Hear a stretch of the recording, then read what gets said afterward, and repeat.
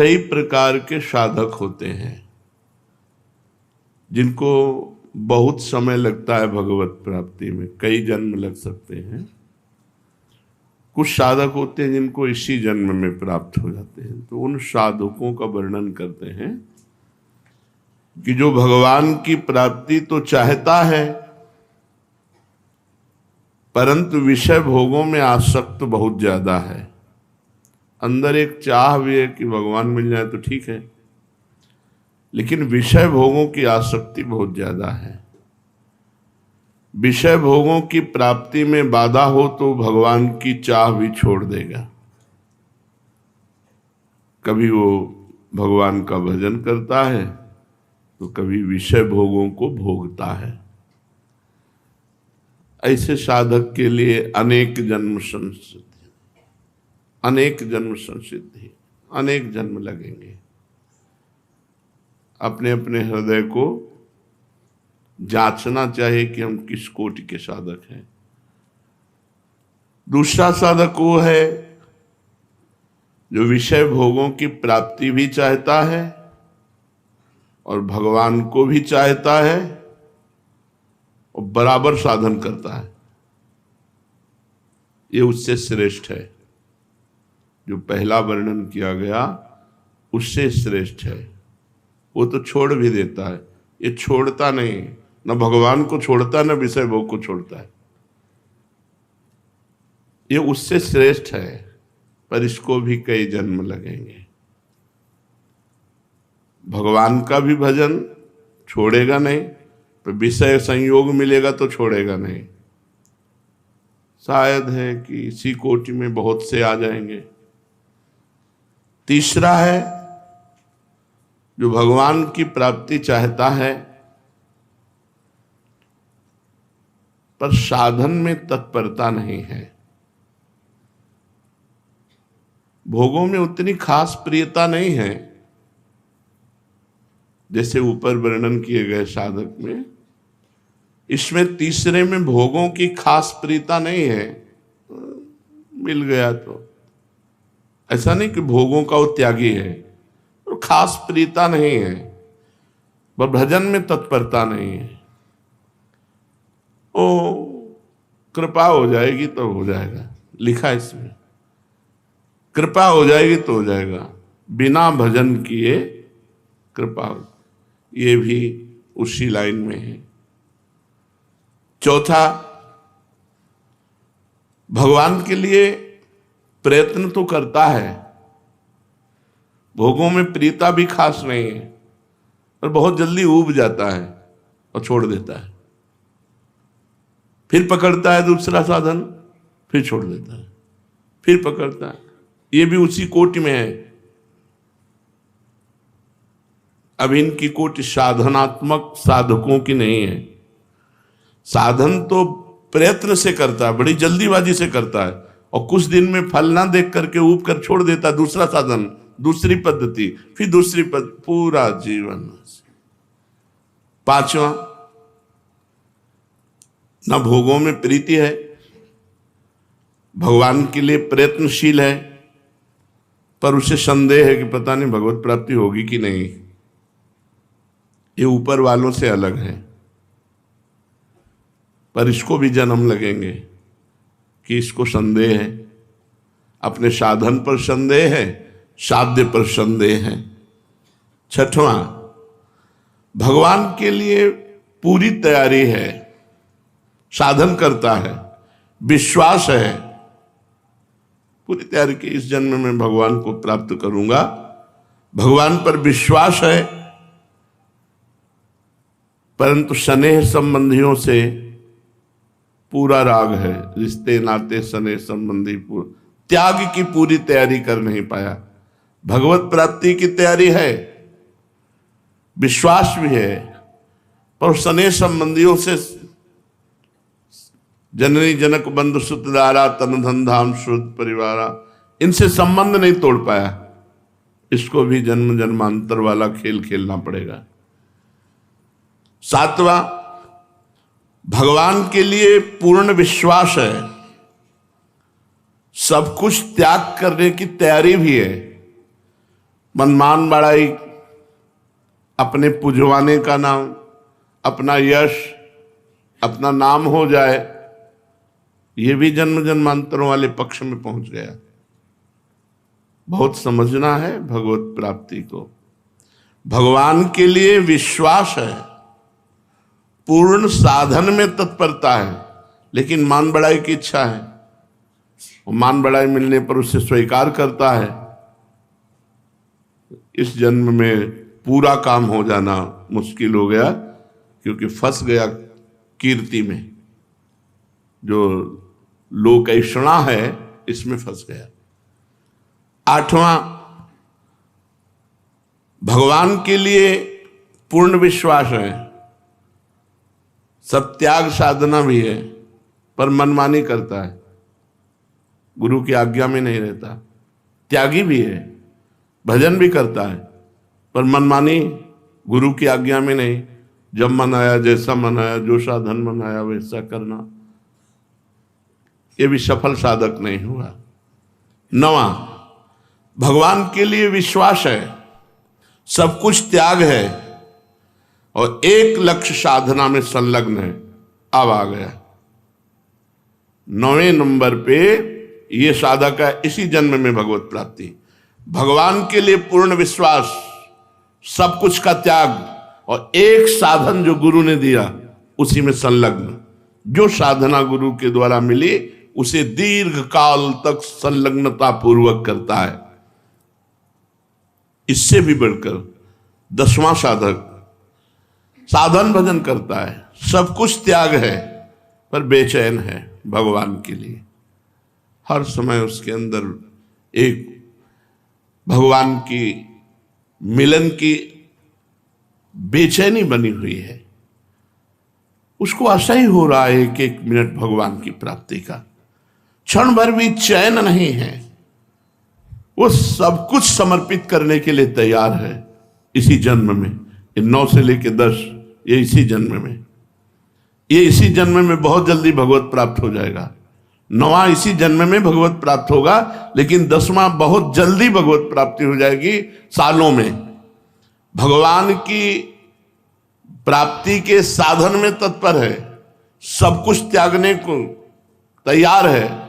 हृदय में असह्य बेचैनी है, कब मिलेंगे भगवान, बस केवल भगवान की प्राप्ति के लिए बेचैनी उसके अंदर। वो इसी जन्म में बहुत जल्दी भगवत साक्षात्कार कर लेगा। 11वां, केवल भजन से प्रेम है, उसे ये भी बेचैनी नहीं कि भगवान मिले। 11वें नंबर पर है, वो केवल भजन में बेचैनी, उसकी भजन न छूट जाए। भजन में अत्यंत प्रेम, कोई कामना नहीं, न भगवान से मिलने की, न जगत की कोई काम। ये सर्वोपरि साधक है। भजन के लिए भजन, भजन के लिए भजन, और जो भगवान करें, जब चाहे जैसा करें, उनकी मौज, और हर समय महाआनंद में डूबा हुआ भजन में, सिर्फ इसको भजन से मतलब, ये सर्वोपरि बात आ गई। ये अपने को जमी।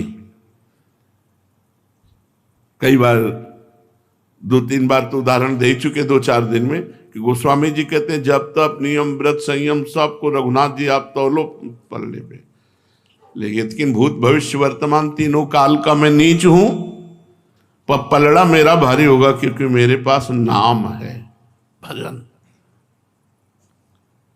ये जो 11वां लक्षण का साधक है, भगवान के भजन में अत्यंत प्रेम, संसार से निष्काम, और भगवत दर्शन की भी चाह की व्याकुलता नहीं, भजन की व्याकुलता।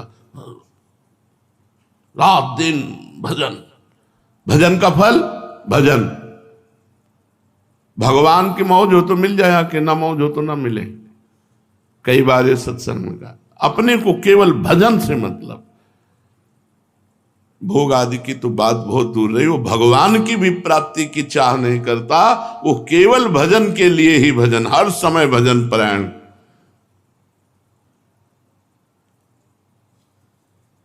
जो साधक मृदु स्वभाव वाला होता है,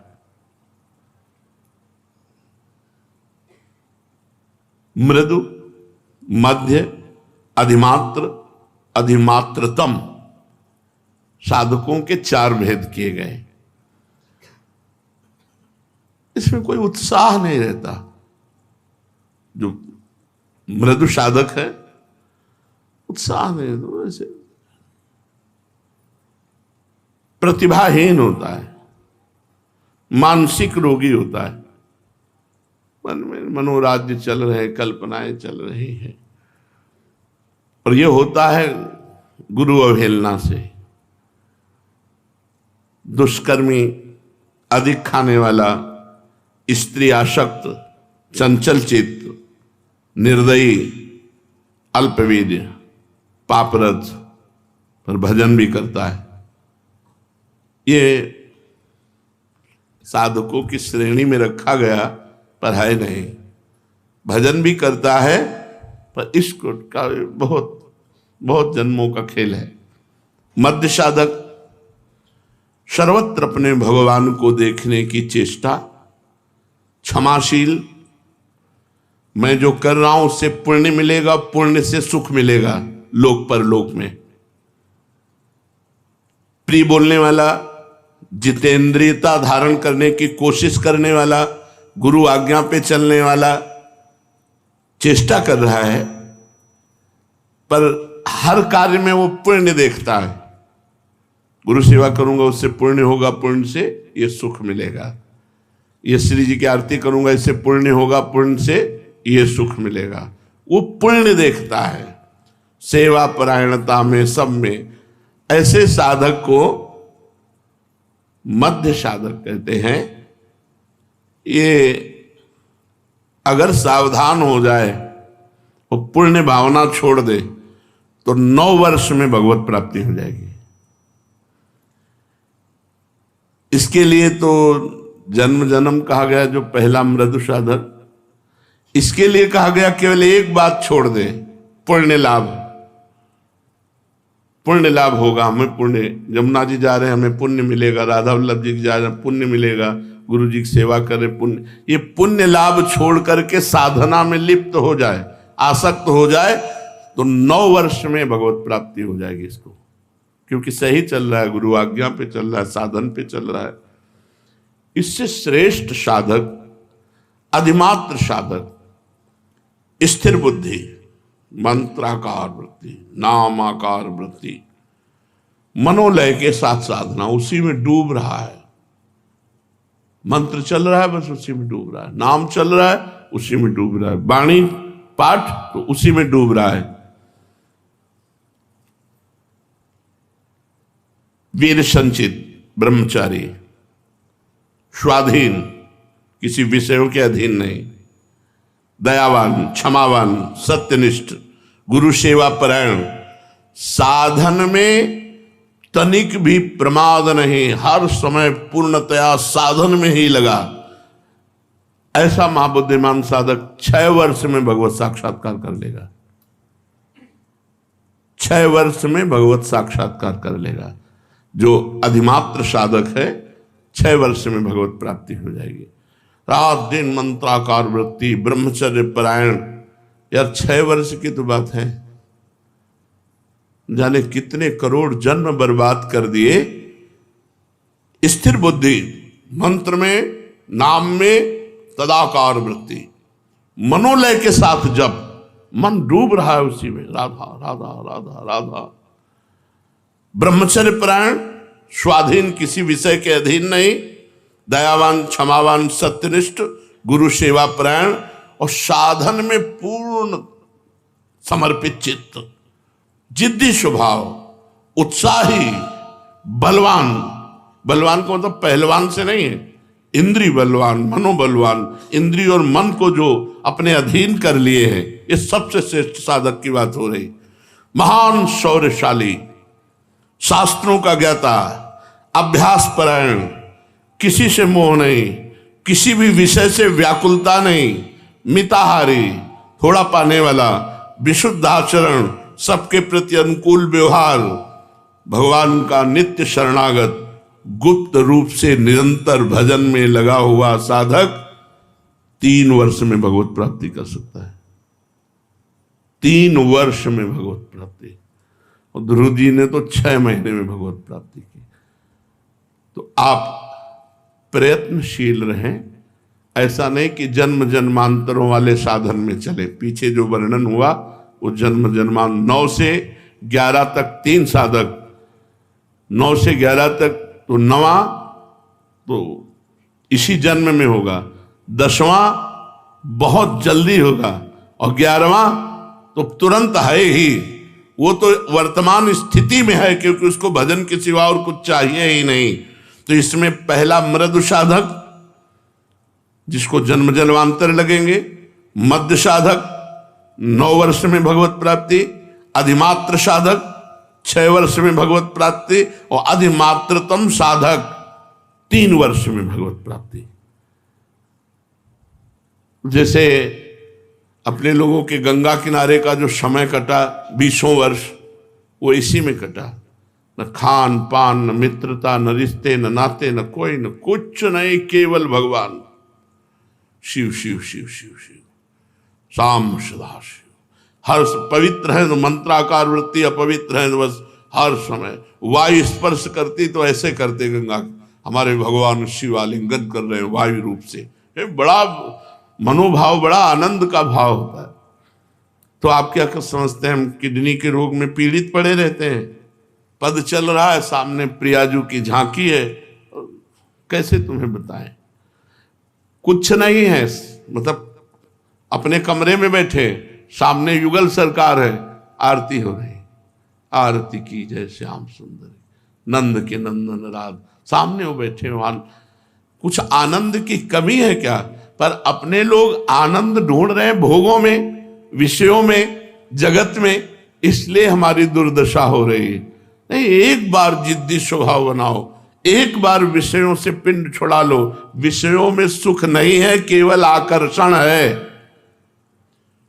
भगवान में आकर्षण भी है और सुख भी है, विषयों में सुख नहीं। हमारी बात समझ लो, केवल भ्रम है, आकर्षण है। यदि तुम पहले चिंतन न करो विषय का और फिर भोग लो, तुम्हें सुखानुभूति हो जाए तो मुझे बता लेना। जब तुम चिंतन करते हो विषयों का और भोगते हो तो वो चिंतन वाला सुख तुम्हें मिलता है। आकर्षण केवल है, सुख नहीं है। भगवान सुख समुद्र भी है और आकर्षण भी है, उन्हीं का आकर्षण है। इसमें विश्वास करे साधक कि बिना साधना के भगवत प्राप्ति नहीं हो सकती। न वेश धारणम सिद्धे कारणम न च तत्कथा, क्रियैव कारणम सिद्धे सत्य में तन्न संशया। ना तो भेष बनाने से भगवान मिलते हैं, कपड़ा रंगने से, और न बहुत बात बनाने से, चातुरता पूर्वक बहुत बातचीत उपदेश करने से भगवान नहीं मिलते। भगवान मिलते हैं भजन करने से। क्रियैव कारणम सिद्धे, क्रिया ही कारण, भजन क्रिया ही सिद्धावस्था के लिए कारण है। सत्य में तन्न संशया, मेरी इस बात में संदेह मत करना। न भगवान भेष धारण करने से मिलते हैं, न भगवान बातचीत लच्छेदार भाषण करने से मिलते हैं। भगवान मिलते हैं तो भजन करने से मिलते हैं। असल में ऊंचा साधक वही है जो अपना सर्वभार भगवान पर छोड़कर निरंतर, बस यही है, यही है जीवन का सार। अगर पकड़ पाओ तो पकड़ पाओ। असल में ऊंचा साधक वही है जो सर्वतोभावेन अपना भार भगवान पर समर्पित करके रात दिन भगवान के भजन में लगा। बस दुनिया का परपंच, दुनिया के योग साधनाएं भगवान पर सब, इस पर बहुत बार चर्चा हुई। आश्रय और भजन वही सर्वत्र लिखा हुआ है, जो हृदय में आता है वही लिखा हुआ। असल में ऊंचा साधक वही है जो सर्वथा सर्वतो भावेन भगवान में समर्पित है। सर्वतो भावेन, कोई भी भावन्य से नहीं, सब भगवान से, और अपने को भगवान पर छोड़ दिया और खूब भजन में तत्पर। बस सार बात यही। अब भजन में प्रीति कैसे होगी? साधक वही जो खूब भजन में डूबे। तो भजन में क्यों नहीं डूबता? अन्य व्यक्ति का महत्व, अन्य वस्तु का महत्व, अन्य साधनों का महत्व। सर्वेषु साधन वरेषु चिरम निराशा। किसी भी अन्य साधन का तिरस्कार न करो, पर नाम में दृढ़ विश्वास कर लो। अनन्य विश्वास केवल नाम में करो कि हमारा काम तो केवल नाम से होगा। साधन, हमारा विश्वास है कि इस जन्म की सार्थकता केवल नाम है। ये हमारे हृदय की भी बात है। हर प्रश्न का उत्तर नाम में ही होता है। नाम से ही, बहुत ध्यान से सुनना है, बड़े अमृतमय वचन और सिद्ध पुरुष के वचन हैं। नाम से ही सब कुछ हो जाएगा। आप नाम जप कीजिए, आप इंद्रिय विजयी हो जाएंगे, मनोविजयी हो जाएंगे, आप निरंतर आनंद समुद्र में डूब जाएंगे, सब दुख विपत्तियों का आपके नाश हो जाएगा।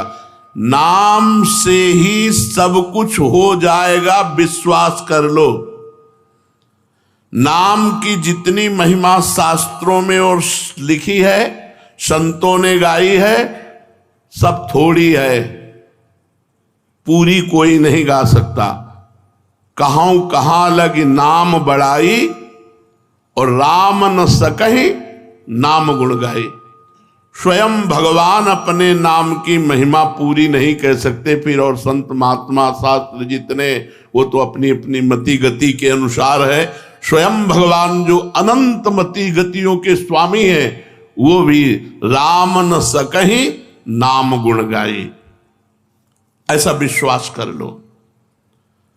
नाम का इस तरह से विश्वास कर लो कि किसी और साधन की तरफ मन ही न जाए। एक बात बैठेगी कि सबका सार है भजन, बस मंत्र चल रहा है, नाम चल रहा है। हर ग्रंथ को खोलो, उसका है सार की एकाग्रता पूर्वक भजन करो, तो बहुत हो गया। पढ़ करके पूरा जीवन निकल गया। अब उसका अनुभव करो, हर समय भजन, हर समय भजन। गोस्वामी जी कह रहे, बहुत सुंदर पद है, कह रहे भरोसो जाहि दूसरो सो करो। भाई तुम्हें कोई दूसरा भरोसा हो आप कर लो, मैं आपको रोकता नहीं हूं। जिसका जहां मन होता है उस साधन में अपनी रति करता है। भरोसो जाहि दूसरो सो करो, मुको तो राम को नाम कल्प तरु, कलि कल्याण फरो। भरोसो जाहि दूसरो सो करो। तुम्हें अगर जहां मना हो वहां भरोसा करो, हम तुम्हें रोकते नहीं, लेकिन हम अपने बात बता रहे हैं। मोको तो राम को नाम कल्प तरु, कलि कल्याण फरो। मेरे तो सब कुछ राम नाम है। मेरी समस्त कामनाओं को पूर्ण करने वाला कल्प तरु ये राम नाम है। इस कलिकाल में परम कल्याण कर देने वाला ये नाम है। ऐसा नहीं गोस्वामी जी और कुछ जानते नहीं हैं। वो कह रहे हैं कर्म उपासन ज्ञान वेद मत सो सब भांति खरो। मैं इनकी अवहेलना नहीं कर रहा हूं। कर्म योग, उपासना योग, ज्ञान योग, अष्टांग योग, वेद मत, जितने भी हैं ये सब अच्छे हैं, सब सत्य हैं, सब सत्य हैं। पर मोहि तो सावन के अंधही ज्यो सूझत रंग हरो। पर मुझे तो ये सब नहीं। सावन में जैसे अंधा हो जाता है तो उसे हरा ही हरा 12 महीना नजर आता है, मेरे तो 12 महीना केवल नाम है, केवल नाम। न कर्म योग, न ज्ञान योग, न अष्टांग योग, न सांख्य योग, केवल एकमात्र नाम है। और अपना अनुभव बता रहे हैं। चाटत रहो स्वान पातरी जो, कबहू न पेट भरो। बहुत सी साधनाएं की, लेकिन उनसे हमें विश्राम नहीं मिला। बहुत से भोग भोगे, लेकिन उनसे मुझे विश्राम नहीं मिला।